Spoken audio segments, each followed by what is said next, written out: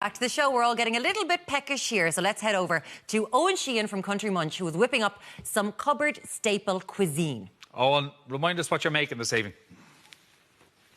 Hey guys, how are you? I'm doing chicken Alfredo tonight. So it's like a classic Italian dish, really, really simple one. And the idea is that everything I'm using here should be, or is most likely to be stocked in your cupboards at home. And I must say, so the Owen, first thing we're going to do is get some... Owen, they're fine-looking cupboards there now. Yeah. Kathleen Sheehan's cupboards. I believe that your mum's kitchen has become the talk of the town, Palace Henry, has it?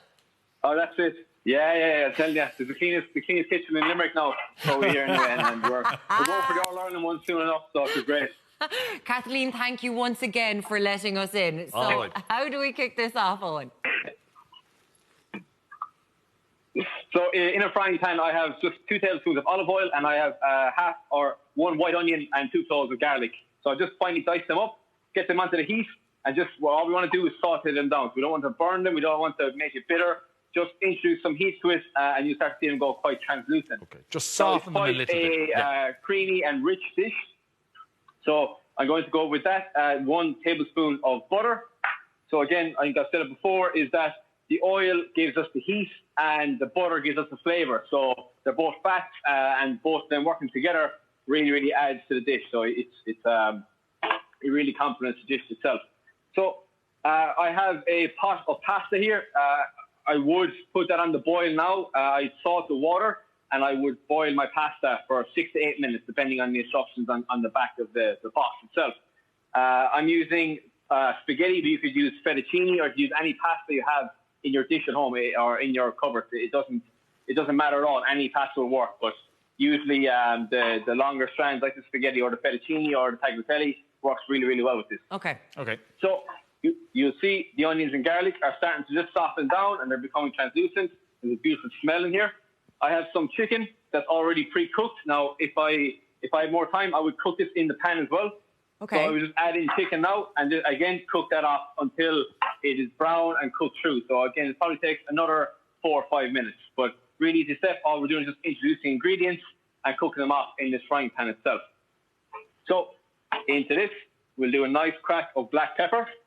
Again, black pepper works really well with a creamy dish, and a small pinch of salt. We won't overdo the salt because there's going to be quite a bit of salt in our pasta itself, and we're going to be bringing some of that water with it.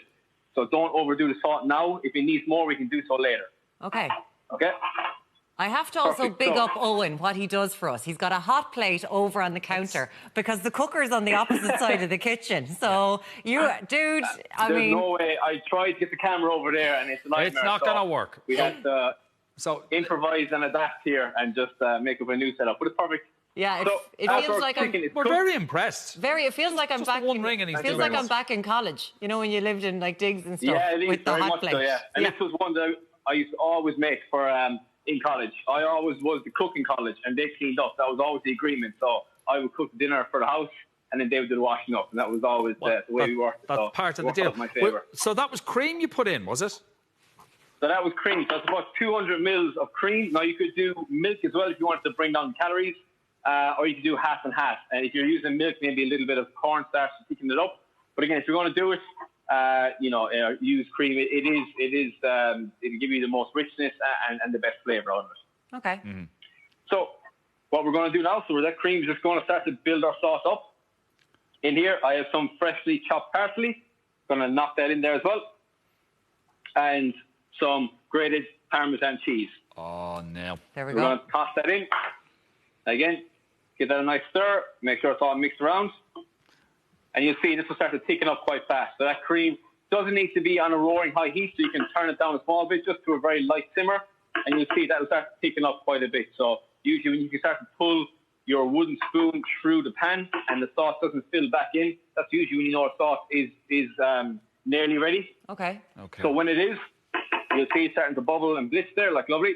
I have my pasta, which is already cooked, so I take it off. I haven't drained it out of the water for a reason. So we take it up, our beautiful spaghetti. That's just a little bit al dente, so it's about 90% cooked, not fully cooked. We're going to plop that into our dish. All right. So it's going to finish off cooking in the Alfredo. And also, that starchy water is going to help bring that sauce together, and also the sauce in there as well. So the whole thing is kind of finished off with that Alfredo. Now, I'm starving just looking at this because that sauce is just hugging the spaghetti at this stage. It's yeah, and that's the beauty with this is that, I mean, the sauce is made literally in seconds. There's no real time and there's no waiting with this. And again, just leave it on heat for a second. It will start to form together. Mm-hmm. And the spaghetti and the chicken, it's all cooked. So it's just letting that sauce kind of absorb with the starchy water, and that mixes with the cream and gives you this beautiful, silky, rich arrabbiata sauce. Okay, I'm just thinking with like, I know you're using spaghetti, but you could, like, with a fusilli pasta, that sauce. I'm starving. Absolutely. That's the problem.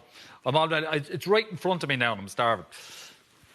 You actually? Yeah, absolutely. No, like fettuccine is usually what's used for this, but I think spaghetti is the most common one that we have in our households, or you might have tagliatelle. But again, if you have penne or if you have anything like that, it all works perfectly. It's just, this is traditionally with a creamy sauce you would use.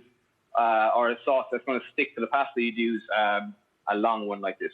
So we'll just plate that up with our bits of chicken, coat it around it, like so. We'll give that another nice little garnish of cheese over the top. You can't be too generous with the cheese. And a small little bit of parsley. Who gets to eat this when you finished, Owen? George, the dog. It's the dog. Yeah, it was. The first taste has to go to George. He has to kind of taste test it. I think every great chef has like a sidekick. Like Ratatouille had the rat in his hat. I have George by my side, so it kind of works out well. So that is the finished product. You could do some more vegetables with that as well. So I often add broccoli in with that, or some frozen peas. Yeah. Just to kind of give it more volume and add more veg to it. But it's a really beautiful, simple, classic dish made in literally seconds. And I think everything here is pretty manageable from the home house. Brilliant. That is so good. Eoin Sheehan from Country Munch. Thanks so and much. Eoin is still working. You can find Country Munch online. He's going to have this recipe up on his Instagram page. I'll put it up on mine.